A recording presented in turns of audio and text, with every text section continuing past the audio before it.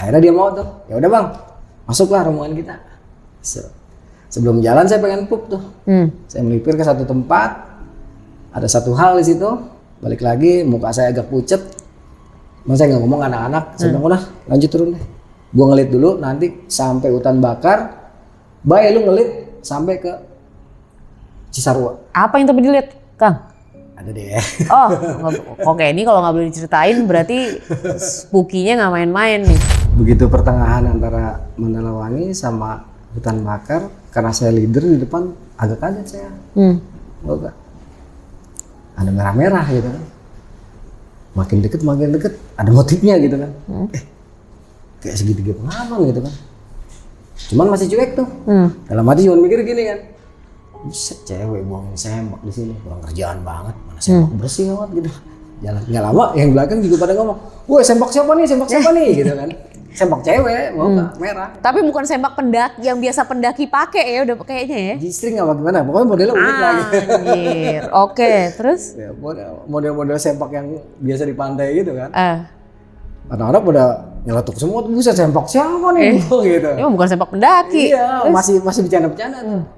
Berapa langkah lagi? Loh, BH gitu kan, kaget tuh. Mulai di sini agak curiga gitu. Apalagi nih? Terus anak-anak bilang lagi tuh, buset BH siapa nih gitu kan.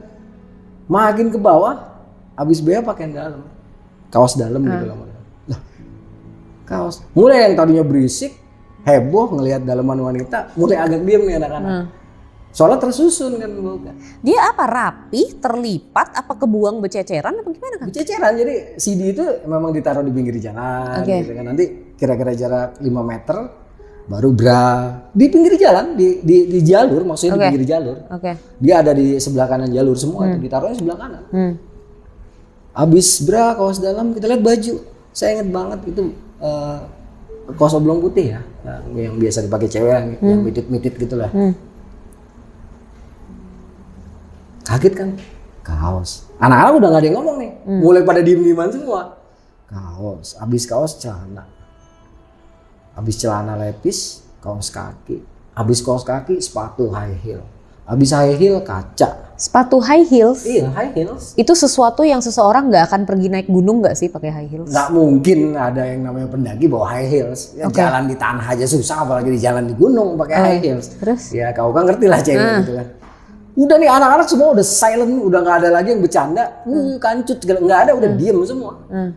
Habis itu sisir, kaca yang kecil tuh yang buat bedak, lipstick, terus apa sih yang buat ngerias-ngerias wajah, bececeran, terus alat-alat apa kosmetik, sampai terakhir mentok ke koper. Koper itu ada di hutan bakar percis. Koper masih baru. Koper bagus mbak, kalau kata teman saya ini harganya 5 juta ke atas, itu tahun 2003. Terus cewek ngomong nih si Arum kan, bang itu barang-barang branded semua bang katanya. Mulai dari daleman sampai ke koper ini, kosmetiknya juga bukan kosmetik murah tuh. Gue mana ngerti tuh, gue bukan cewek gitu kan. Ada apanya gitu kan. Anak-anak ngumpul, mulai kita berspekulasi. Ini barang-barang kesusun ya. Kayak sengaja ditinggalkan oleh seseorang. Sedangkan saya mengalami sesuatu tadi kan, saya diam aja. Mulai saya berpikir, udah nggak ada urusan deh. Si abang segala macam kumpul, sampai akhirnya si Junjun atau Belo megang tuh koper. Wah nih kayak koper bagus nih, 5 juta lebih nih harganya nih, lumayan nih bang katanya. Saya waktu itu masih mikir kan. Cuman hipotermia, tapi kalau dilihat-lihat dari jenis barang-barangnya nggak masuk akal. Itu bukan barang yang dia dipakai sama pendaki. Betul. Kayak orang mau keluar negeri kali ya, atau mau ke pantai. Istilahnya kayak gitu. Dan di koper itu nggak ada baju-baju tau Kak. Nggak ada apa-apa, hanya koper kosong. Diambil nih, diorak-orak, berusaha dikeluarkan isi-isinya itu, tapi nggak ada. Langsung si Kuboy marah kan, karena Kuboy rupanya udah mulai ngerasa sesuatu juga. Kata si Kuboy gini, itu lu jangan ambil koper, lu taruh, jangan ada yang diambil barang-barang semua. Tinggalin, mau ada duit kayak segala macam, kata Kuboy kayak gitu. Lu taruh lo. Si Belo, wah jangan bay sayang gitu kan. Karena Kubai kan bukan leader, jadi nggak diturutin. Saya waktu itu masih terfokus, ini ada apa sih? Hati kecil saya tuh masih kemana-mana, asumsi saya kemana-mana dan saya nggak bisa sebutin. Akhirnya saya ngomong ke si Belo, lo utara. Terus saya ngomong ke semua, jangan ada satupun benda yang tercecer ini disentuh, apalagi diambil. Kalau lu nggak denger, gue hajar lu semua. Siap bang? Sambil gerutu-gerutu nih, anjir lumayan nih 5 juta ya. Ada ngerela juga ya kan, jual mayan pasar ular. Iya kan? Ya udahlah. Begitu barang-barang udah ditaruh, ini saya udah tajam tuh. Mata batin saya udah tajam. Saya ngeliat semacam ada warna putih tipis seperti kabut mengelilingi kita. Kebetulan di tahun 98 saya pernah dapat jenazah di sini dan pernah mengalami kejadian yang juga nggak kalah horor. Campur nih pikiran saya. Kemana-mana. Belum saya dengar cerita senior saya.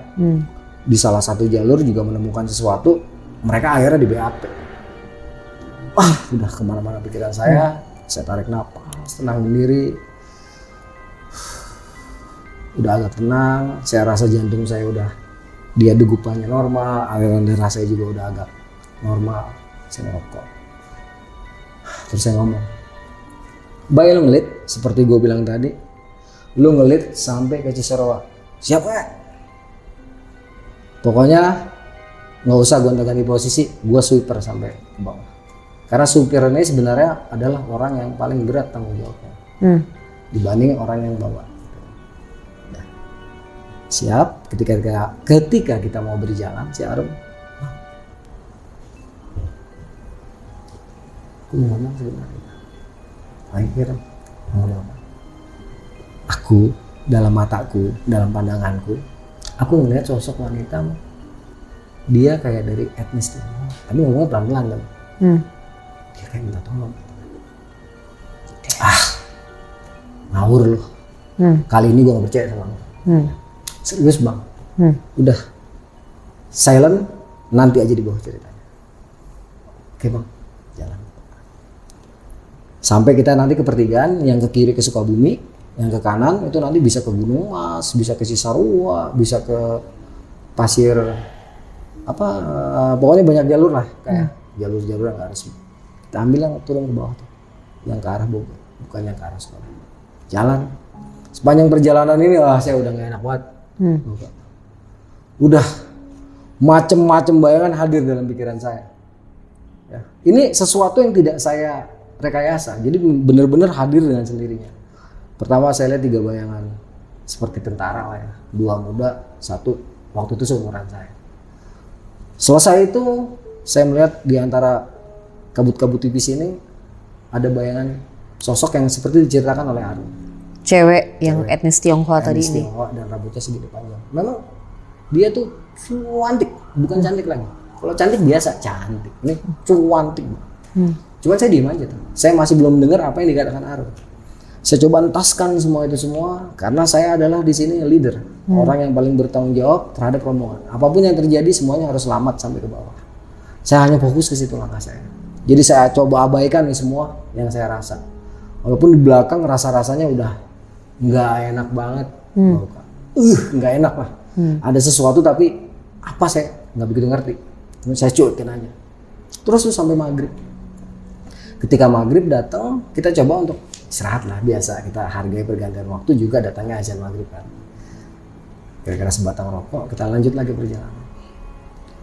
Gelap, itu rasa makin gak enak banget. Dan bayangan si wanita dari etnis Tionghoa ini semakin jelas, semakin nyata. Ngikut terus tuh dia berarti ya? Kadang-kadang kelihatan di sudut mata yang paling kanan, kadang-kadang di sudut mata paling kiri. Tapi kalau kita giniin nggak ada, cuman kelihatan gini aja nih. Persis di sini nih posisinya. Kalau kita gini nggak ada. Itu makin jelas nih. Sesekali juga bayangan sosok-sosok yang seperti prajurit gitu kali ya. Saya abaikan. Sekitar sejam jalan, tiba-tiba teman saya berhenti nih, si Kubai yang leader. Saya pikir ada apaan gitu kan. Saya diem dulu juga. Anak-anak juga pada diem aja tuh. Ada sekitar 5 menit berhenti, kok nggak jalan-jalan nih bocah. Saya teriak dong, "Bay, jalan ngapain lu? Ngendon Bay di situ," gitu. Diem tuh dia. "Bay, ah ngehe lu, diem masih nggak nyaut dia. Saya karena memang sering naik sama dia, saya tahu karakter dia. Dia kalau udah down itu bener-bener down banget, langsung ke level yang paling dasar. Dalam hati bocah lihat sesuatu nih, langsung jalan ke depan. Nah si Arum kan jadi belakang tuh, takut si Arum ngejar. Begitu sampai langsung pegang. Begitu dipegang dia kayak orang kaget kan, gitu kan. Lu ngapa? Dia cuma ngelirik terus mandang lagi ke depan. Adepin langsung. Lu kenapa? Jalan, masih jauh. Tadi ngomong agak pelan, masih jauh, jalan. Diam aja dia. Enggak, nggak lama dia nyautin gitu. Enggak. Ya udah lu belakang. Enggak. Lu kenapa sih? Tahu? Agak kaget nih. Nih orang, ini bocah tiba-tiba langsung enggak udah gitu ngomongnya jutek. Enggak mau. Terus lu maunya di mana? Gue maunya di tengah, gue maunya di belakang lu. Langsung nih nyanyi. Lu ngeliat apa? Enggak, gue gak liat apa-apa. Pokoknya gue gak mau di depan, gue gak mau di belakang. Pokoknya gue gak mau ngotot tuh. Pokoknya gue gak mau. Gue maunya di belakang lu. Kedengeran sama yang lain. Langsung Junjun sama Belo sama si Abang. Ada apaan gitu. Kedengeran. Tanggung deh. Udah langsung briefing semua. Udah break dulu semua, break. Duduk saya terangin. Oke, sekarang situasi memang udah nggak kondusif. Kita di sini adalah mata rantai hidup yang harus saling menjaga dan melindungi satu sama lain. Jangan sampai ada salah seorang di antara kita menanggung rasa takut sendirian. Dia menanggung beban ketakutan sehingga mentalnya dia drop, hancur dan akhirnya menyusahkan kita semua. Jadi mulai detik ini, kalau memang ada sesuatu yang ganjil, sesuatu yang tidak dilihat orang lain tapi lu lihat dan lu merasa takut, lu langsung ngomong sama gua. Kita adalah mata rantai hidup yang harus saling mengisi. Lu ngomong bukan untuk nakut-nakutin yang lain, tapi untuk cari solusi gimana kita sama-sama bisa mengatasi ini. Jadi jangan sampai ada satu orang di antara kita yang merasa ketakutan sendirian. Oke? Sekarang Kubai posisinya udah drop. Dia nggak mau di depan, dia nggak mau di belakang. Mau nggak mau ini posisi depan harus ada yang ngisi. Lo, Jun, lu ngeliat depan, nggak bisa nge, gue nggak tahu jalur. Kalau lu nggak tahu jalur bisa gue kasih tahu. Yang penting ada yang ngeliat di depan. Nggak nge, gue nggak berani di depan. Ya udah lu belakang, gue juga nggak berani katanya. Nggak bisa. Posisi lead atau sweeper harus ada yang ngisi. Sekarang kalau memang lu nggak berani di depan, lu harus di belakang. Dia diem. Nggak ada cerita nggak mampu. Lu berdua sama Jujun di belakang. Nanti kalau lu nggak sanggup nih lo, lu rolling sama si Jun. Si Jun udah gak sanggup, lu rolling lagi posisi. Lu gua kasih golok. Kalau emang lu udah ketakutan banget, terus ada sosok yang terlihat sama lu, bacok. Tapi ini apa nih Kang yang kelihatan tadi? Nggak dikasih tahu nggak? Apanya? Belum, ini si Kubai dia tutup mulut. Masih nggak mau ngomong. Dia masih nggak mau ngomong. Soalnya ditanya lu ngeliat apa, nggak mau ngomong dia. Dia cuma enggak. Kalau kita pancing terus malah berantem nanti. Enggak. Karena saya tahu karakter dia gitu. Dia nggak akan ngomong sampai nanti kalau memang udah aman gitu. Udah paham ya, sekarang kita adalah satu mata rantai hidup yang nggak boleh saling terpisah. Juga merasa ada seseorang yang menanggung beban lebih berat dari seorang leader. Nggak ada ceritanya. Oke, siap lo, lu bisa nggak bisa, sanggup nggak sanggup, harus bisa, harus mampu. Nggak ada cerita, kita udah ada di jalan, kita udah ada di jalur. Hidup mati kita memang Tuhan yang menentukan. Tapi salah satu cara Tuhan menyelamatkan kita adalah ketenangan. Kalau kita nggak punya ketenangan, Tuhan pun nggak akan bisa nolong kita. Karena kita sendiri sebagai makhluk yang mau ditolong, ternyata nggak percaya Tuhan. Oke, percaya diri, percaya teman, percaya Tuhan. Jalan. Nggak ada cerita, mulai detik ini ada yang lu. Siap bang. Bang, mohon maaf saya agak tegas karena memang saya leader. Ya, Bang Tunge nggak apa-apa. Oke, siap, jalan. Terus. Akhirnya jalan tuh. Saya ngelit di depan. Yang tadinya kan saya sweeper di belakang. Posisi sweeper ataupun leader sama aja beratnya menurut kalau di jalan di gunung malam hari, apalagi jalurnya bukan jalur yang familiar, jalur umum gitu kan. Itu beban mentalnya sama aja. Udahlah, karena memang kita udah tahu konsekuensi kita sebagai seorang pendaki gunung, nggak ada urusan tuh mau depan atau belakang, jalan. Adalah sekitar 15 menit baru nih saya dari tadi memang saya ngeliat sesuatu gitu tapi nggak jelas kan bro, kayak ada setitik apa ya, ops gitu ya, apa sih ops gitu lah, semacam bayangan warna putih gitu. Cuman dia agak jauh gitu. Setiap saya deketin dia menjauh. Setiap saya deketin dia menjauh. Sampai sekitar sejam baru tuh yang tadinya kayak ops gitu, sekedar titik cahaya, lama-lama kelihatan jelas tuh, walaupun dia berbentuk hologram. Makin jelas ternyata ada kuncupnya mau. Dalam hati, anjir lontong. Gitu kan saya kalau nyebut begitu kan lontong gitu. Anjir lontong. Cuman diem aja. Bodo amat. Langsung golok, taburin garam tuh. Si Arum sempat tanya sambil jalan kan, ngapain bang? Kok ngeluarin golok? Dia udah mulai curiga tuh. Lu kan indigo, pakai nanya lagi, saya bilang kayak gitu. Udah saya sarungin lagi tuh. Nah itu sampai sekitar sejam ke depan, setiap saya udah mau deket sama si pocong ini, si lontong putih ini, dia menjauh. Sampai ke satu titik, dia tuh diem. Saya samperin terus karena kita kan harus tetap bergerak. Jalannya itu, sedangkan posisi dia ngadang kita, ya nggak ada urusan lah. Sikat kalau dia nggak mau minggir. Pokoknya lontong tuh pocong ya guys, pocong, lontong. Lontong putih. Ya. Ketika udah deket, nggak kelihatan tuh Boka. Terus hati ngomong kan, belum gue bacok ngilang loh. Cemen. Terus si Arum nanya, bang, pocongnya hilang. Katanya nggak ngelihat gitu kan. Kan nengok ke si Arum nih, begitu nengok, ceneng depan mata Boka. Anjrit. Kaget saya. Jatuh duduk. Si Arum sama saya jatuh duduk karena sama-sama ngelihat dan sama-sama kaget. Sama-sama teriak takbir. Allahu Akbar, dubrak jatuh. Kubai, si Abang, si Junjun sama si Belo. Kenapa nge? Gitu kan. Diam aja. Terus langsung ngomong ke Kubai. Soalnya kita nengok begini mau merem nengok ke bawah itu kelihatan di depan mata. Matanya merah, hidung sama mulutnya merah. Saya inget nyala. Begini juga percuma tetap kelihatan. Makanya saya bilang sama si Kubai, "Bay, rokok nyalain." Ah, Kubai itu udah ngerti. Kode kalau saya minta nyalain rokok mesti ada sesuatu. Oke. Langsung dia bilang, "Siap," kata dia. Nyalain rokok, dikasih ke saya tuh rokok udah nyala. Padahal rokok ada di kantong saya. Ini cuman ini doang kode. Dalam hati, lagi. Itu ya elah cerita enak gak? Enak banget cerita nih. Kayak gak ada takut-takutnya orang. Lah waktu ngalamin. Pas kejadian mah. Duk gitu udah kayak beduk gitu. Itu nenangin diri agak lama tuh. Nenangin diri, tarik nafas, tahan. Gak tahu berapa menit lah udah agak tenang. Jantung udah gak terlalu berdegup kencang. Sambil ngerokok tuh. Merem juga kelihatan ngejentul itu kan. Cabut gue loh. Terus ngomong ke anak-anak, "Hei, siap-siap jalan." Pasti masih merem posisinya gitu. Udah kayak, lu masih duduk aja gitu kan. Udah, buka mata dia kan, tuh pas di lampu lah. Diri. Begitu udah deket, langsung bahasa kasar yang keluar. Boleh ditit aja. Cers hilang. Itu memang ngebabat udara.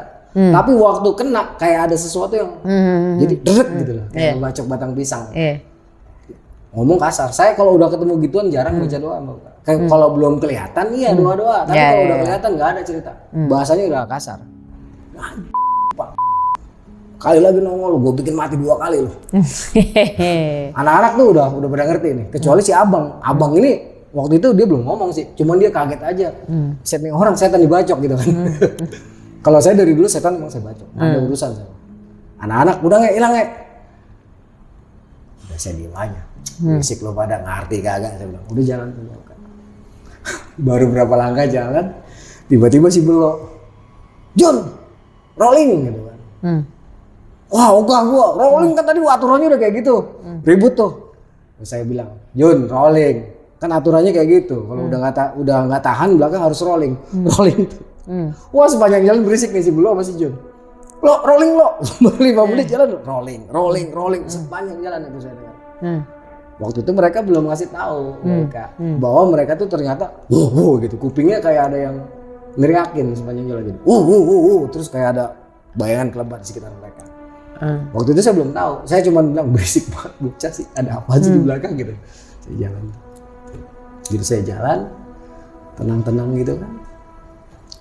Fokus saya adalah mendengar suara air di sebelah kanan. Karena itu salah satu indikasi kita udah deket sama Sungai Cisadane.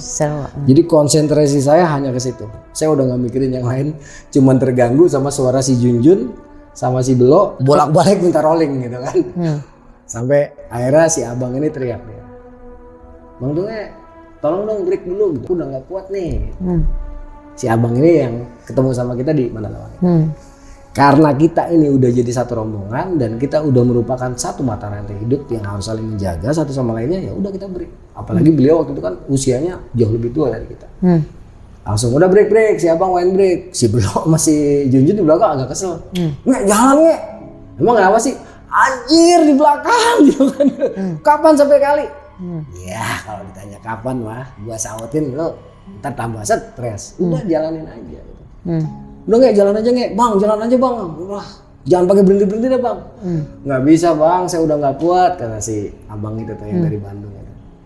Terus saya ngomong sama yang lain-lain. Saya tegaskan sekali lagi lo, Jun, kita itu panglima dari rasa takut. Bukan rasa takut yang mengendalikan kita, tapi kitalah yang mengendalikan rasa takut. Suka tidak suka, mau tidak mau, bisa tidak bisa, sanggup tidak sanggup, harus bisa, harus mau, harus suka, harus sanggup, harus dikendalikan. Nggak peduli gimana caranya, harus bisa. Karena cuman itulah yang membuat pergerakan kita menjadi tenang. Makanya kan tadi udah gue bilang, bacok. Mau kelihatan kayak perasaan lu bilang di sini ada sesuatu, bacok. Asal jangan si Junjun lu bacok. Yang penting itu ruangan kosong yang menurut lu ada sesuatu, bacok aja. Bangkitin emosi lu. Bangkitin harga diri lu sebagai manusia. Masa setan nakut-nakutin gue, ada juga gue nakut-nakutin setan gitu kan. Soalnya kita diciptakan lebih mulia dari mereka. Lu ngerti gak sih lo? Diem tuh. Pokoknya gue gak mau tahu, harus bisa. Gak ada cerita pendaki gunung takut sama setan. Setan yang harus takut sama kita. Karena setan yang bahaya bukan setan yang di batu, bukan yang di pohon jengkol, bukan yang di pohon petek, bukan yang di gunung. Nih setan yang bahaya yang di sini. Nih setan yang paling mengerikan ada di sini terus lari ke sini.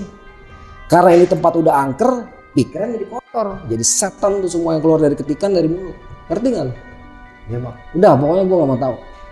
Ntar lu yang gue bacok kalau masih pada berisik. Ya bang udah diem. Ini si abang capek. Udah kita istirahat. Agak lama tuh, sekitar 15 menit. Karena saya ngerasa gini, mungkin kalau dikasih spare waktu agak lama, fisik atau stamina-nya bisa balik lagi lah, lumayan. Gitu kan. Tambah kita kasih gula merah. Sedangkan coklat si Arum masih megang, tapi itu untuk cadangan terakhir. Coklat ini sangat diperlukan. Telur juga masih saya tahan tuh, jangan ada yang makan telur dulu. Sampai udah gempor beneran baru dimakan. Karena akan mengembalikan energi dengan singkat. Udah enak bang, enak untungnya. Bye gimana bye? Aman? Aman, gua kan di belakang lo gitu kan. Rum aman Rum? Aman. Lo Jun? Kagak bang, udah cepetan cabut dari sini bang, gua udah gak tahan bang gitu kan. Oke, yuk kita jalan. Baru 10 menit teriak lagi nih si abang. Bang, aduh kaki saya mau copot bang katanya. Ini punggung saya, aduh. Saya kayak gendong apa nih bang, katanya berat banget. Sebenarnya agak deg nih hati kan. Yaudah break semua. Terus biasa tuh agak ngejauh. Baik lu munduran dikit lu, deketin lu si abang. Lu gue mau ngobrol sama si Arum. Anak-anak lu handle dulu lah sebentar. Nah, saya agak ke depan. Terus saya ngobrol sama Arum. Bro, ada yang aneh gak? Wah abang nanya mulu, abang kan bisa. Kan gue bilang, gue kata.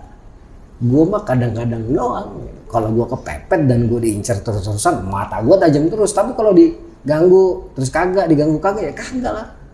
Ada apa? Ini bang, dari tadi itu sosok non perempuan yang Chinese, yang dari Tionghoa tadi itu ngikutin terus bang. Dia ngikutin terus kita. Dan sepanjang perjalanan bang, mulai dari gelap sampai sekarang, Arum capek bang. Dia tuh minta tolong terus. Dan ada hal-hal yang membuat permintaan tolong dia ke Arum itu terhalang. Dan itulah yang membuat waktu kita nih agak melar kata Arum. Oh gitu, terus nanganinnya gimana bang? Terus nanganinnya gimana Arum? Ya kan abang yang bisa gitu kan. Oh kayak tadi deh, gue lemparin garam kali gitu ya. Udah ngobrol sama si Arum balik lagi. Tanya si abang, bang udah enak kan bang? Bang, saya udah gak sanggup bang sebenarnya gitu. Udahlah bang, tinggalin saya aja di sini. Saya nggak enak repotin abang. Gitu. Saya nggak apa-apa kok bang. Saya udah nggak sanggup lagi bang. Jalan dengkul saya udah mau copot bang. Ampun dia gitu kan. Bujukin tuh. Bang nggak bisa dong. Kita kan tim. Apapun yang terjadi, abang tetap harus sama-sama sama kita. Saya tidak akan memecah tim saya. hanya untuk meninggalkan orang menjadi korban. Saya nggak mau bang. Tapi saya juga minta tolong sama abang. Soalnya teman-teman saya besok pagi harus kerja, besok siang harus kerja. Tolonglah abang bergerak pelan-pelan aja bang ya. 5 meter berhenti deh, nggak apa-apa gitu. Akhirnya mau tuh, oke. Dibujukin juga masih Arum kan, bang, tolongin kita ya gitu. Kita sama-sama saling nolong deh gitu. Akhirnya terenyuh juga kali si abang mau. Jalan. Udah jalan lagi mau ke. Sepanjang perjalanan ini si Arum nanti dia cerita ya. Kalau sekarang saya versi saya dulu. Jalan. Kira-kira 20 menit si abang ini banting keril. Langsung nggak pakai bilang bang tuh nggak break enggak. Banting keril duduk deh. Langsung dia jerit-jerit. Bang, udah bang tinggalin saya aja bang. Udah saya nggak mau ngerepotin abang. Tinggal saya sendirian sini bang. Ngotot ngomongnya. Udah bang, saya nggak apa-apa di sini. Saya pasti selamat besok. Udah bang, saya udah nggak sanggup lagi jalan bang. Saya udah nggak kuat lagi bang. Udah nggak sanggup saya. Udah bener-bener kaki saya udah kayak mau copot bang. Gitu. Saya udah capek banget. Cek. Kita diemin dulu dia tuh ngoceh. Kayak gimana kita diemin. Rum gimana? Itu bang. Emang si abang mentalnya mau dihajar. Fisik dihajar, mental dihajar. Ntar dia akan diambil bang. Sama siapa? Ntar ya bang. Arum juga bingung. Gitu. Si Arum udah mulai ketakutan juga. Kita diemin tuh si abang ngoceh-ngoceh. Si Junjun sama si Belo ribut lagi di belakang. Jalan tolonglah jalan bang, ayo dong bang jalan bang, tolongin kita bang, ayo bang jalan. Wah jadi bingung nih. Satu minta ditinggal, satu ngoceh-ngoceh udah buru-buru jalan. Si Arum udah mulai ketakutan, si Kubai meneng baik, kagak ada omongannya. Dia kayak udah kehilangan akal sehatnya dia udah kehilangan kemampuan dia untuk beradaptasi dengan lingkungan atau mengatasi. Udah nggak ada. Kubai itu cuma diem nggak, blas dia diem. Sementara saya sendirian nih tinggal yang senior kan. Si Arum juga udah mulai dengan indera keenamnya. Si kewas lah. Yang ini ngeluh terus. Udah tinggal aja bang, udah nggak usah peduliin saya. Kita toh baru kenal ini, udah bang. Saya mati juga nggak ada masalah bang. Wah macem-macem dia ngomongin. Saya biarin dulu tuh semua. Saya juga nggak mau kepancing emosi. Dia kesel emang bawahnya. Percaya diri, percaya Tuhan. Percaya diri, percaya teman, percaya Tuhan, percaya diri. Udah agak tenang. Walaupun pada ngoceh-ngoceh tuh cuman kayak inilah mulutnya doang pada gerak-gerak. Saya coba tenangin diri. Saya langsung ngomong sama Arum. Rum, apa yang namanya? Kita emang ditahan bang. Kalau kita sampai bisa nolongin cewek, kita nggak akan bisa keluar. Terus apa lagi?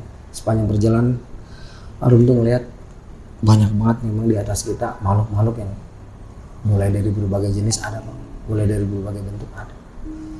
Terus apa hubungannya dengan ini? Ada bang, memang kita mau dihambat. Oh begitu. Lo, Jun lu diem deh, kalau nggak gue bacok lo. Diam lu pada. Diem. Si abang masih ngoceh, karena dia udah benar-benar putus asa. Si Belo masih Jun dari diam. Lu tenangin diri, lu minum. Lu ada apa di situ? Lu megang apa? Madu, minum gula merah. Minum. Udah jangan bikin gue tambah pusing deh. Akhirnya mereka pelan-pelan tenang tuh. Tinggal si abang nih, udah bang, tinggalin saya bang, saya udah nggak sanggup lagi bang, biarin saya mati di sini juga nggak apa-apa bang, biarin saya nggak ada yang nemuin juga nggak apa-apa bang, gitu kan. Kita diemin dulu, langsung ngomong ke si abang, Rum, coba dibujuk nih si abang, mungkin pakai cara wanita lebih kena, soalnya kan dia cowok, sentuhan kulit cewek aja beda, sentuhan tangan cewek aja beda, coba deh, gimana caranya bang? Iya cewek ngerayu cowok lah, bujuk gimana caranya nggak tahu lah. Rum lah gue juga puyeng malah gue ngurusin ini gitu kan. Udah si Arum coklat masih ada nggak? Kasih coklat dia. Coklat itu mengandung zat yang apa ya? Dia bisa bikin tenang juga, membantu orang tuh jadi lebih rileks gitu. Potong tuh, inian dia tuh apa namanya silver queen dia potong. Pegang masih Arum bang. Masih gitu lah. Si Arum tuh agak lama lah bang, dilus-lus kepalanya bang, dengerin Arum. Akhirnya entah berapa lama dia melek tuh si abang. Ini kenapa? Ini bang coklat makan dulu. Ya Rum makasih dimakan. Bang minum dulu air putih. Bang kita udah mau sampai kok. Intinya si Arum ngomong ngebujukin dia supaya mau bergerak. Saya waktu itu udah nggak begitu denger lah omongan Arum karena saya fokus ke depan. Saya lihatin. Ada mungkin sekitar 20 menit tiba-tiba si abang diri tuh. Ya Rum, makasih ya Rum, udah nguatin saya. Pokoknya ngomong-ngomong lah ya. Mau tuh dia jalan. Terus si Belo, masih Junjun, ayo bang jalan. Udah nggak kasar lagi. Tadi kan, bang jalan bang, ngapain di sini bang? Besok kita kerja gitu. Itu kan bikin mental si abang kan jatuh. Nah kalau sekarang enggak. Udah bang, ayo bang bantuin kita. Nanti kalau abang capek kita popoh, kita apa namanya? Kita bopong deh gitu. Kita apa namanya? Kita papah gitu. Mau nih jalan si abang. Kita jalan tuh. Nah dari sini sampai ke Kali Cisarua itu masih sekitar 2 jam. Saya ingat banget nanti sampai ke Sungai Cisarua itu jam 4 pagi.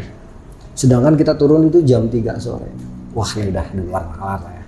Udah ngawur deh. Cuman udahlah, alhamdulillah kita sampai tuh ke Sungai Cisarua. Begitu nyebrangin sungai, di dam itu kelihatan ada lampu remang-remang. Kita samperin, ternyata memang ada satu tenda di situ. Udah kita putuskan untuk istirahat. Sambil ngobrol-ngobrol nih. Karena kita udah lewat dari sungai. Dan biasanya kalau udah lewat dari sungai, semua gangguan gue hilang ya. Karena memang biasanya cuma sampai batas sungai itu. Makanya langsung tanya nih masih Arum. Rum, tadi kan lu masih keputus. Yang lu lihat apa sih Rum? Mulai dari terakhir kali lu ngebujukin abang nih sampai ke sini, saya ngeliat istana bang. Jadi sebelah kiri kita tuh bang, ada istana gede banget bang. Itu bertingkat-tingkat, itu kayaknya dari marmer lah bang. Bagus, mewah, ada tamannya, ada kolam renangnya, ada sungai, pokoknya bagus. Dan di situ banyak banget dayang-dayangnya bang, juga prajurit-prajurit, tapi rata-rata perempuan semua bang, kata si Arum. Dan energi yang keluar dari situ itu kencang banget bang. Emang abang nggak ngerasa? Kagak, gue cuman fokus sama jalan soalnya, sama mikir gimana lu semua pada selamat. Terus apa lagi? Dan si abang itu memang dibikin seperti itu bang. Dia dibikin hancur fisiknya. Kalau fisiknya udah hancur, otomatis mentalnya juga hancur. Makanya kan minta ditinggal terus. Abang juga udah kesel kan bawahnya. Iya emang gue udah kesel banget, gue bacok kan rasanya gitu kan. Gue sebel banget, emang gak jalan-jalan. Masalahnya kan banyak nyawa yang gue tanggung gitu kan. Terus kalau cewek yang itu gimana? Itu sampai batas sekali juga dia bang. Dia tetap minta tolong sama Arum. Cuman setiap Arum tanya apa yang mau ditolong, di mana posisinya, dia pasti ketarik sama sesuatu atau ke tempat yang warnanya hitam pekat bang. Arum nggak bisa masuk ke sana. Kayak ada yang nggak ngebolehin dia buat ditemuin gitu ya. Betul. Dan seandainya nih bang yang Arum rasa nih, seandainya kita berhasil nih nyelamatin, kita yang nggak akan keluar bang. Oke Rum. Terus si Junjun sama si Belo panggil. Jun, lo rasa lo mau gimana nih? Alhamdulillah bang, itu lewat kali udah lega gitu kan. Emang apa sih yang lo lihat? Emang nggak apa-apa cerita sini? Cerita aja, udah lewat kali mah udah aman gitu kan. Jadi bang, gua sama Junjun makanya berantem bang. Itu kalau kita jalan bang, ini di kuping kita selalu ada suara wuh, wuh. Terus kayak di samping percis kiri atau kanan itu bayangan nenek-nenek. Dan itu hawanya luar biasa katanya. Bener-bener mereka tuh nggak tahan banget. Tapi mereka takut untuk ngebacok karena takut kena tulah gitu. Mereka masih berpikir kalau ngebacok setan efeknya bahaya. Padahal saya berkali-kali udah bilang bacok ada hadisnya. Saat penaklukan kota Makkah, Sayyidina Khalid bin Walid ditugaskan oleh Rasulullah untuk menghancurkan 2 berhala. Salah satu berhala ada jin wanitanya. Dan jin wanita itu ditebas pakai pedang mati. Cari hadisnya. Fatul Makkah, Sayyidina Khalid bin Walid. Makanya segala sesuatu ada ilmunya. Kenapa gua ngotot sama lu? Bacok aja karena gua punya contoh. Gua bukan percaya sama hadisnya. Gue cuman percaya sama Nabi dan Tuhan, sama Allah. Karena Nabi dan Tuhan lah golok ataupun pedang yang kita punya itu jadi bermanfaat. Golok sama pedang bedanya apa? Namanya doang, satu golok satu pedang, sama-sama buat ngebacok. Bacok aja. Bocong juga kebacok ya? Bacok aja karena kita punya pedomannya, yaitu hadis yang sahih tadi secara muslim ya. Makanya gue ketemu setan dimanapun gue bacok karena ada contoh, walaupun gue bukan kelasnya Sayyidina Khalid bin Walid. Paham lu? Ya lu kenapa nggak ngomong dari tadi bang? Ya kagak, lu harus ngerasain dulu gitu kan. Enak rasanya di udak-udak setan. Ah sialan lu bang gitu kan. Abang ditanya, bang kenapa bang? Nggak tahu bang. Saya cuma ngerasa capeknya minta ampun bang. Jadi dalam pikiran dia nih sampai ke bawah tuh masih seharian lebih. Saya tuh cuma ngebohong doang, kalau udah deket gitu. Jadi dia udah hopeless. Dan dia ngerasa bebannya jadi 10 kali lipat lebih berat. Jadi intinya dia ngerasa ada yang aneh, cuman tidak melihat ada apa-apa. Kubay langsung. Sekarang nih si Kubay nih, sini lu Bay. Lu ngeliat apaan sih? Gue ngeliat pocong guys sepanjang jalan gitu kan. Oke. Emang lu baru sekali ngeliat pocong? Baru ini gue ngeliat pocong, selebihnya gue cuma denger cerita lu. Pantesan lu langsung kicep gitu kan. Kita lagi asik ngobrol, kedengeran tuh suara azan subuh. Selesai azan subuh, yang punya tenda keluar. Langsung nanya, Bang mau naik? Kagak. Baru turun kita, yang bener lu turun malam-malam. Asik gak Bang? Bukan main, asik bener gitu kan. Mau ketawa-tawa kita tuh. Tawarin kopi. Udah gak usah lah, kita udah mau sampai nih turun. Turun mana Bang? Gak tahu nih, apa Cisarua apa ke Gunung Mas. Lihat aja ntar. Begitu mau jalan, si Junjun atau si Belo pengen ini bikin rekening tabungan hutan alias boker gitu kan. Ya udah di sini udah aman. Ntar lu gua tunggu di ujung kebun teh ya. Di situ nanti ada bangunan seng. Gue jalan dulu sama Arun. Udah gak ada masalah di sini. Udah jam 4:30 lewat mau Kak. Udah mau terang jadi udahlah. Jalan tuh sama Arun duluan. Sampailah sekitar jam 5 kita ke pondokan seng itu yang di tengah-tengah kebun teh. Di sini tanpa tanpa diperintah lah. Atau pokoknya spontan sih Arun langsung peluk tuh. Peluk kencang banget ya. Bang, makasih Bang udah membuat kita selamat sampai sini. Saya bilang yang bikin selamat mah Tuhan, gue mah cuma jalanin tugas gue doang. Intinya kita bersyukur Arum ya, kita udah sampai sini. Ya Bang, makasih Bang. Pokoknya sepanjang jalan tadi seumur umur Arum baru ngerasain. Ya, karena memang kita udah deket lagi, kita mastiin lagi nih. Karena asumsi kan pada waktu itu banyak ya. Pikiran kita liar kemana-mana soal barang-barang yang kita temuin tuh. Karena ini udah menjelang sampai ke peradaban dan matahari udah merah-merah kelihatan. Mulailah saya ngomong sama si Arum. Karena yang lain kan belum datang nih. Bahas. Gue juga sama Rum. Gue dari tadi kenapa nggak mau ngomongin ini karena fokus gue ke jalur. Fokus gue nggak ke situ, makanya gue abaikan dulu. Sekarang ini udah relax nih. Sepanjang jalan sama gue kayak lu. Itu cewek minta tolong terus sama gue. Apa yang terjadi sama dia? Kenapa dia bisa sampai ada di situ? Iya, kan? Itu kan pikiran kita liar kemana-mana kan. Gue juga bingung. Ini masalah bukan pakaian pendaki loh. Nggak ada pendaki pakai high heel. Repot bener ya naik gunung pakai high heel. Pakai sepan gitu rok pendek. Enak banget ngintipnya dari bawah gitu kan. Yang kita nih cowok seneng gitu kan. Cewek mah nyusahin. Tetapi di situ kan nggak ada baju yang lain. Kita nggak menemukan barang-barang lain. Makanan, pakaian penghangat itu nggak ada. Jadi karena memang ada sesuatu yang saya sembunyikan, jadi saya ngomong. Intinya gini lah Rum. Ini sih gue yakin. Ini orang kaya. Dia mau mencoba menggandakan kekayaannya. Pesugihan gitu. Karena memang ada di situ tempatnya, mau Kak, untuk pesugihan gitu kan. Atau dia dalam kondisi terpengaruh obat-obatan daftar G. Narkotika lah. Atau yang lain lagi nih, dia memang sedang dipengaruhi oleh unsur gaib. Intinya pada saat itu yang paling masuk akal buat kita adalah orang ini sedang berusaha melakukan ritual. Karena saat itu kita nggak dapat jenazah, kita nggak dapat jasad, tanda kutip. Itu asumsi yang akhirnya sampai detik ini seperti itu. Karena kita nggak melihat apapun. Andai pun Kak, saat itu kita dapat jenazah, kita nggak akan ngomong. Karena itu akan membahayakan diri kita. Iya, benar. Satu, posisi kita aja udah salah. Ngambil jalur yang ilegal. Iya. Gitu. Jadi nggak ada bener-benernya tuh di situ. Makanya mendingan kita udah silent aja. Andai pun waktu itu dapat mayat ya, sayangnya kan enggak gitu. Bahas itu nggak lama anak-anak datang. Anak-anak datang sambil ketawa-tawa, terus ngomong, Bang kita lewat mana nih Bang? Kiri apa kanan? Kan jalurnya kelihatan tuh. Lu mau yang mana? Kiri 1,5 jam, kanan lurus setengah jam. Tembusnya mana Bang kalau lurus? Jalur puncak lewat Gunung Mas. Kalau kiri tembusnya kebun raya Taman Safari Cisarua. Maunya yang mana?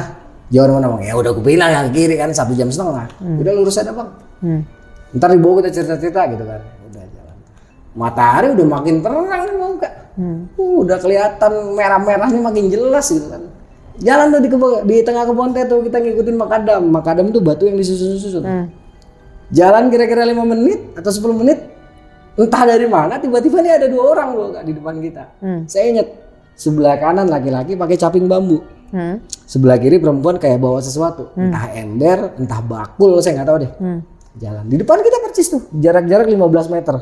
Ngikutin ya, kita ke kanan dia ke kanan, pokoknya ngikutin jalan sama ngikutin gerakan kita.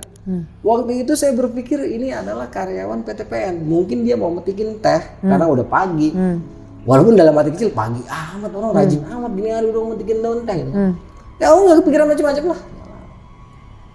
Singkat kata sampailah kita ke jalan raya Bogor Puncak. Kita sampai duduk, nggak lama anak-anak datang tuh, kira-kira 15 menit jedanya. Kita datang, si Junjun atau si Bro langsung ngomong, "Bang, lu nggak ngeh kayak gitu? Apaan? Itu tadi yang di depan lu orang pakai caping bambu sama istrinya gitu." "Bukan bang, orang nggak ada palanya." Anjrit. Yang tadi udah pagi-pagi padahal matahari. Iya matahari udah terang. Ya saya ngotot dong. Apaan nggak ada palanya? Orang pakai caping bambu, dua-duanya jelas orang itu karyawan. Apaan bang? Lu tanya masih Kubay. Beneran Bay? Iya nggak ada palanya nggak? Loh, iya bang nggak ada kepalanya. Tapi Arum ngeliatnya orang. Makanya tanya masih Arum nih kan, Rum. Beneran Rum? Emang nggak ada kepalanya? Enggak. Orang gua ngeliatnya orang. Ya udah tuh. Nah disitulah kita makin memahami bahwa walaupun indigo kek ya teko kayak segala macam, memang kalau waktunya nggak ngeliat ya nggak ngeliat mau kan. Jadi di sini daripada debat panjang-panjang, wah udahlah, udah ya nggak ada kepalanya gitu. Yang jelas tetap kalau saya ditanya ya orang pakai caping bambu. Yang penting lu nyampe udah. Yang penting udah nyampe nih Serah deh. jalan. Udah kita tuh istilahnya peluk-pelukan ya. Aduh, alhamdulillah sampai juga kita ke peradaban. Gitu. Di ngobrol-ngobrol, si abang ngucapin terima kasih tuh. Bang Tunge, makasih banyak ya. Syukurlah dia nggak ditinggal. Iya. Bener, makasih banyak saya nggak jadi ditinggal gitu walaupun itu permintaan saya. Saya udah bilang bang kagak bakalan saya tinggal walaupun saya baru kenal sama abang. Bahkan namanya aja saya lupa mau Kak. Sampai sekarang itu dia. Iya sih. Tuh memang kalau naik gunung itu aku sering denger cerita tapi nggak pernah sampai segininya sih, nggak pernah se ekstrim dan sepanjang ini ceritanya. Astaga. Kata aja ya buat kalian-kalian yang naik gunung atau apa, mau nggak naik gunung juga nggak apa sih. Ketemu setan, bacok. Nah, simple. Anyway guys, jangan lupa ya sebelum gua akhirin cerita kita hari ini, please don't forget to like and subscribe. Dan jangan lupa juga nih kalian check out YouTube-nya Kang Arya untuk lihat-lihat ceritanya dia yang lain-lain nih, karena gue juga udah lihat beberapa dan emang seru-seru sih. And anyway, sekali lagi Kang, thank you banget udah dateng. Thank you guys for watching and I'll see you guys next time. Bye.